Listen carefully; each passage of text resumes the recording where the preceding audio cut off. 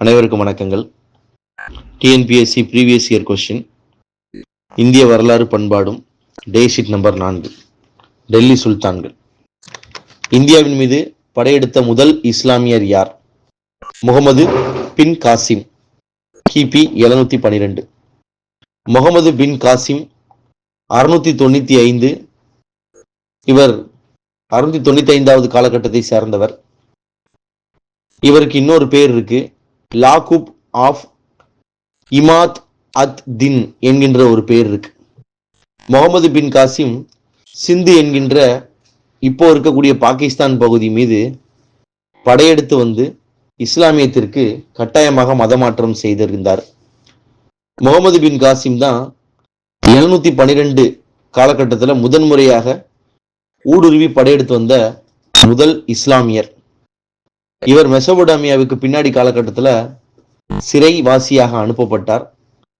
இவர் 711 கிபியில தாகிர் என்கின்ற சிந்துவின் மன்னரை தோற்கடித்தார்.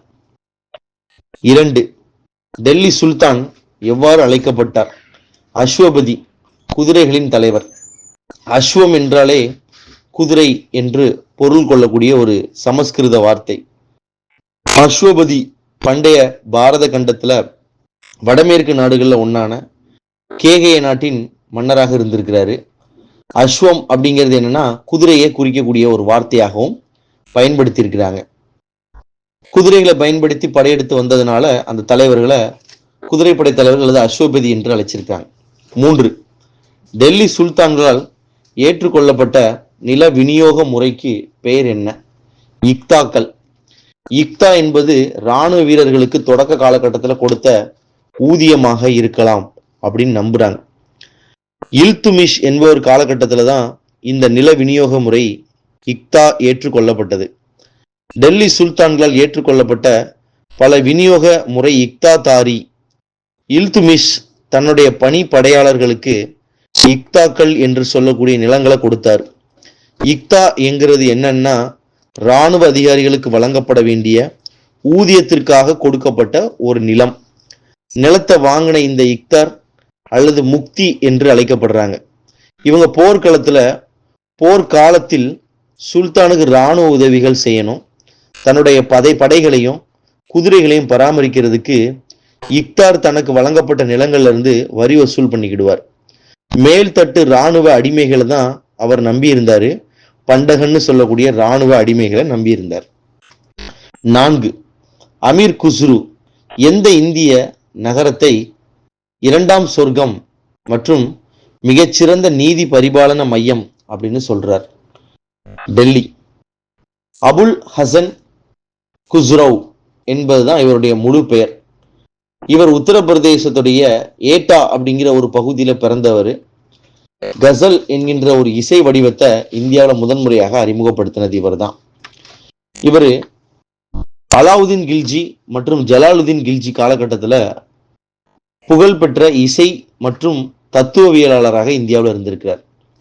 பாரசீக உடைநிலை, பெர்ஷியன் ப்ரோஸ்ன்னு சொல்லக்கூடிய பாரசீக உரைநடையிலையும் கவிதையிலையும் ஒரு முக்கிய நபராக விளங்குபவராக இருந்திருக்கிறார். இவர் தன்னுடைய நூர் சிஃபர் 9 வானங்கள் அப்படிங்கிற புக்ல தம்மை ஒரு இந்தியன் அப்படின்னு அழைத்துக் கொள்வதில் பெருமை கொள்வதாக இவர் சொல்லியிருக்கிறார்.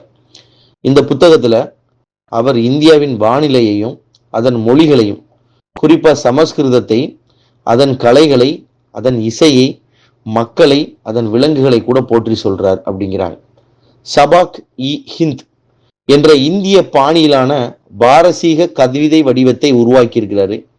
4 லட்சம் 2 அடி செயல்களை எழுதியிருக்கிறார். அதனால இவரை இந்தியன் பேரட்ஸ், அதாவது இந்திய கிளி அப்படின்னு சொல்றாங்க. அலாவுதீன் கில்ஜியோடைய வெற்றியை சொல்லக்கூடிய கசைன் உல் ஃப்ரூ அப்படிங்கிற புக் எழுதுனது இவர் தான். இவருடைய புகழ்பெற்ற நூலான துக்லக் நாமா கியாசுதீன் துக்லக்குடைய எழுச்சியை விவரிக்கக்கூடிய ஒரு நூலாகவும் இருக்குதுன்னு சொல்றாங்க. 5. இபன் பதூதா மொரோக்கோ நாட்டு பயணி யாருடைய காலத்துக்கு இந்தியாவிற்கு விஜயம் செய்தார்? முகமது பின் துக்லக். இவருடைய காலகட்டம் 1324 முதல் 1351. துக்ளக் வம்சத்துல 2வது துக்ளக்காக வந்தவர் இவர் தான். நற்பண்புகள் உள்ளவர், திறமை வாய்ந்த அரசர். டெல்லிக்கு பக்கத்தில் இருக்க மீரட் வரையிலையும் அணிவகுத்து வந்த மங்கோலிய படைகளை திறமையாக பின்வாங்க செஞ்சவர் இவர் தான். இவருடைய தலைநகர் மாற்றம் இவருக்கு ஒரு பெரும் சோகத்தை ஏற்படுத்திச்சு. டோக்கன் கரன்சின்னு சொல்லக்கூடிய அடையாள நாணய முறையை முதன்முறையாக இந்தியாவில் அறிமுகப்படுத்தினது இவர் தான். முகமது பின் துக்ளக் டெல்லி சுல்தான்கள் காலகட்டத்தில் இந்த பேரரசு வீழ்ச்சி அடைஞ்சு இவங்கள் காலகட்டத்தில் விஜயநகரம் மற்றும் பாமினி அரசுகள் போன்றவை தனித்தனி சுல்தான்களாக பிரிஞ்சு போயிட்டாங்க. 6. டெல்லியில் முதல் ஆப்கான் ஆட்சியை நிறுவியவர் யார்? பஹ்லுல் லோடி. லோடி வம்சத்தை நிறுவனர் தான் பஹ்லுல் லோடி. இவருடைய காலகட்டம் 1451 இருந்து 1487. இவர் ஆட்சி போது வங்கத்தில் ஆட்சி புரிந்த ஷார்கி அரசு கைப்பற்றப்படுது. பஹ்லுல் லோடி அரியணை அமராம உயர்குடியினருடைய அந்த ஆசீர்வாதத்தின் அடிப்படையில் இவர் ஆட்சி செய்தவராக கருதப்படுகிறார். பஹ்லுல் லோடி 1457 டெல்லியை கைப்பற்றுகிறார். லாகூருடைய ஆளுநராகவும் இவர் பணியாற்றி இருக்கிறார். 7. கிதப் இ நௌரஸ் என்பது டேஷ் என்பவரின் பாடல் தொகுப்பு ஆகும்.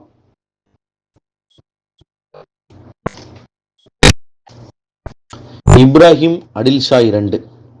இப்ராஹிம் அடில் ஷா 2 பிஜப்பூர் பகுதியை சேர்ந்த ஒரு சுல்தான்.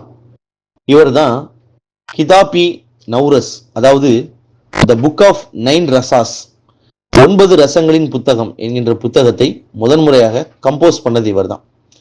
இந்த 59 பாடல்கள் மற்றும் 17 இரட்டை செயல்கள் கொண்ட இந்த புத்தகத்துக்கு எழுதினது யார் அப்படின்னா தாக்கினி உருது என்கின்ற மொழியில எழுதினவர்களுடைய ஞானிகளின் தொகுப்புகளாக இதை தொகுத்திருக்கிறாங்க.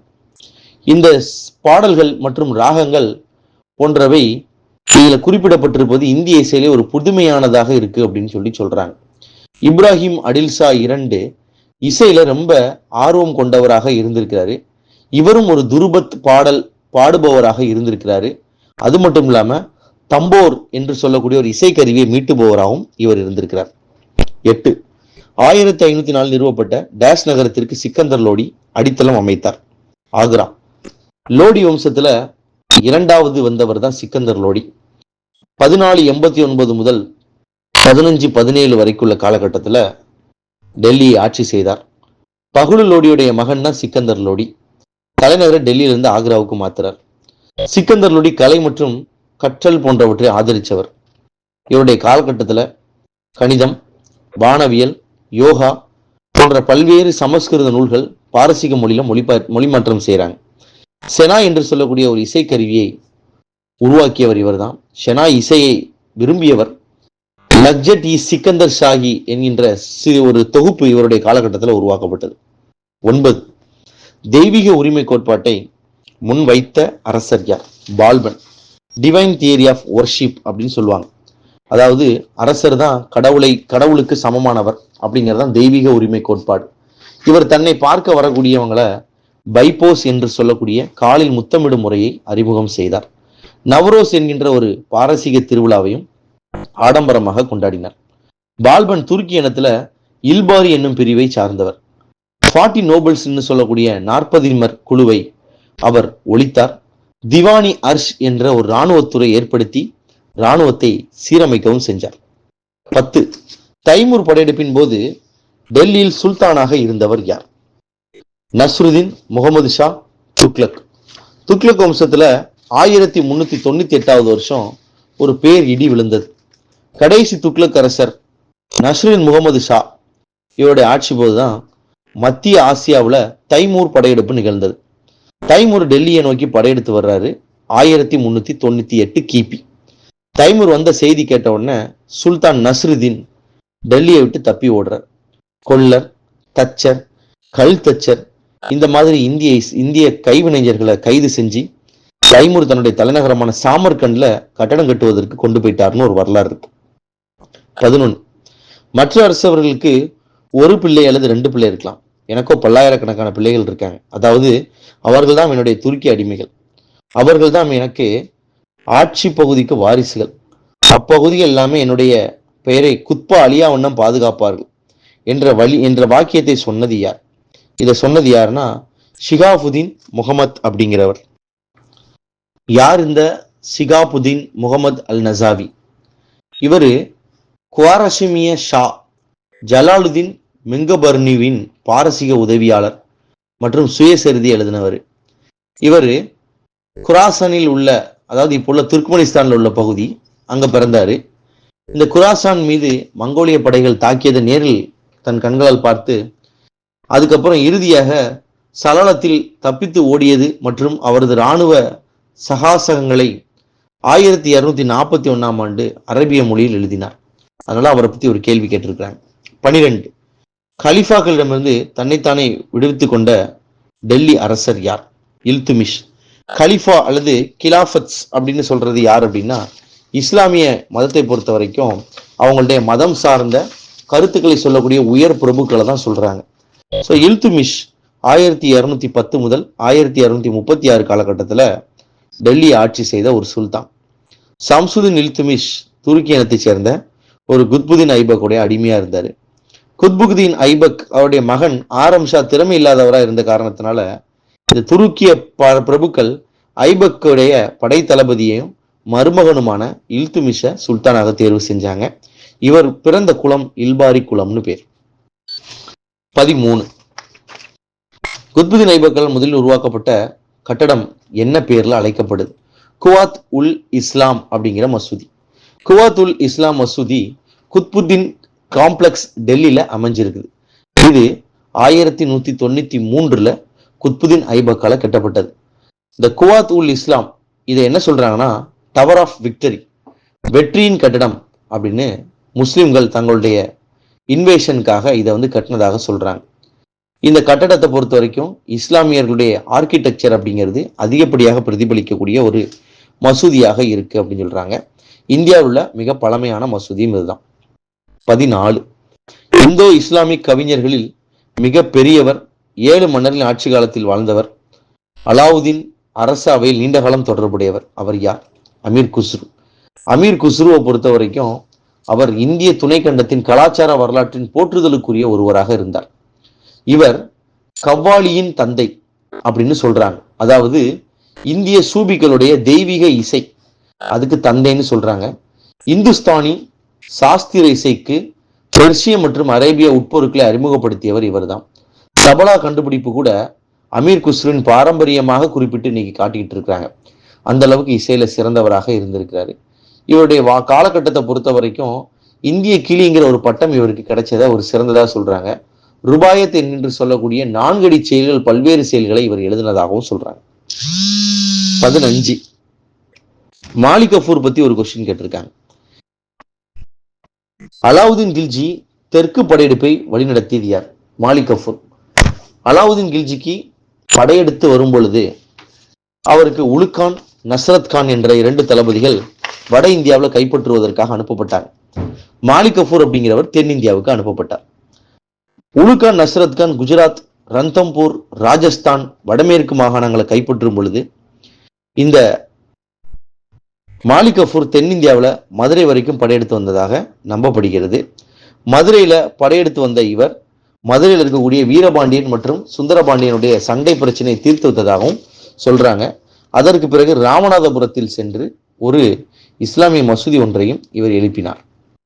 16 முகமது பின் துக்ளக் காலத்தில் கடுமையான தண்டனை மற்றும் கொலைகள் பற்றி குறிப்பிடுபவர் யார்?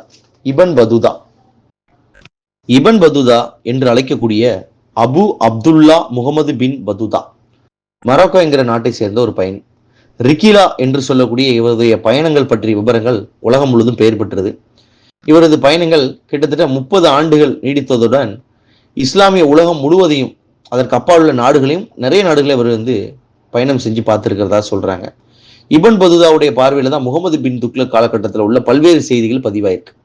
உள்நாட்டு குழப்பம் முடிந்து சில வாரங்களுக்கு பிறகு டெல்லி சேர்ந்த முகமது பின் துக்ளக் இபன் பதுதாவை சந்திக்க அழைப்பு விடுக்கிறாரு. இபன் பதுதா துக்ளக்குடைய விசித்திரமான மனப்போக்கு பற்றியும் குதர்க்கமான சிந்தனைகள் பற்றியும் அறிந்திருந்த காரணத்தினால தங்கத்தால் செய்த பரிசு பொருட்களையும் துக்ளக் காண்பதற்காக வச்சிருந்து அதற்கு பிறகு அவருக்கு கொடுத்ததாக சொல்றாங்க. இபன் பதுதா தென்னிந்தியாவுக்கும் பயணம் செஞ்சிருக்கார். இபன் பதுதா 7 ஆண்டு காலம் அரசியல் பணிகள் இருந்தபோது இந்தியா முழுவதும் பயணம் செஞ்சிருக்காரு. ஒருமுறை கடற்பயணத்தின் போது கப்பல் சிதைவடைந்து போகவே மலபார் பகுதியில் சில காலம் தங்கி இருந்திருக்கிறாரு. அப்போது அவர் ராமநாதபுரம் மாவட்டத்தில் பெரியப்பட்டினம்ங்கிற ஒரு கடற்கரை துறைமுகத்துக்கு வந்து 3 மாதம் தங்கியிருந்தார். பாண்டியர்களுடைய காலகட்டத்திலையும் பிபன் பதுதா பாண்டியர்கள் பற்றியுள்ள குறிப்புகளையும் சொல்லியிருக்கிறார். 17. பால்பன் சிறுவனாக இருந்தபோது அவரை கவர்ந்து சென்றவர்கள் யார்? மங்கோலியர். மங்கோலியர்களுக்கு இவர்களுக்கும் இடையில தொடர்ச்சியாக பல ஆண்டு கால பிரச்சனை இருந்தது. பால்பன் சிறு பையனாக இருக்கும் பொழுது அவரை கவர்ந்து சென்றிருக்காங்க. பிறகு அவர் மீட்கப்பட்டிருக்கிறார். 18. முகமது பின் துக்ளக் வெளியிட்ட தங்க நாணயத்தின் பெயர் என்ன? தினார் என்ற நாணயத்தை வெளியிட்டிருக்கிறார். ஆனா நாணயங்கள் என்பதை முதன்முறையாக வெளியிட்டவரை இல்துமிஷ் தான்.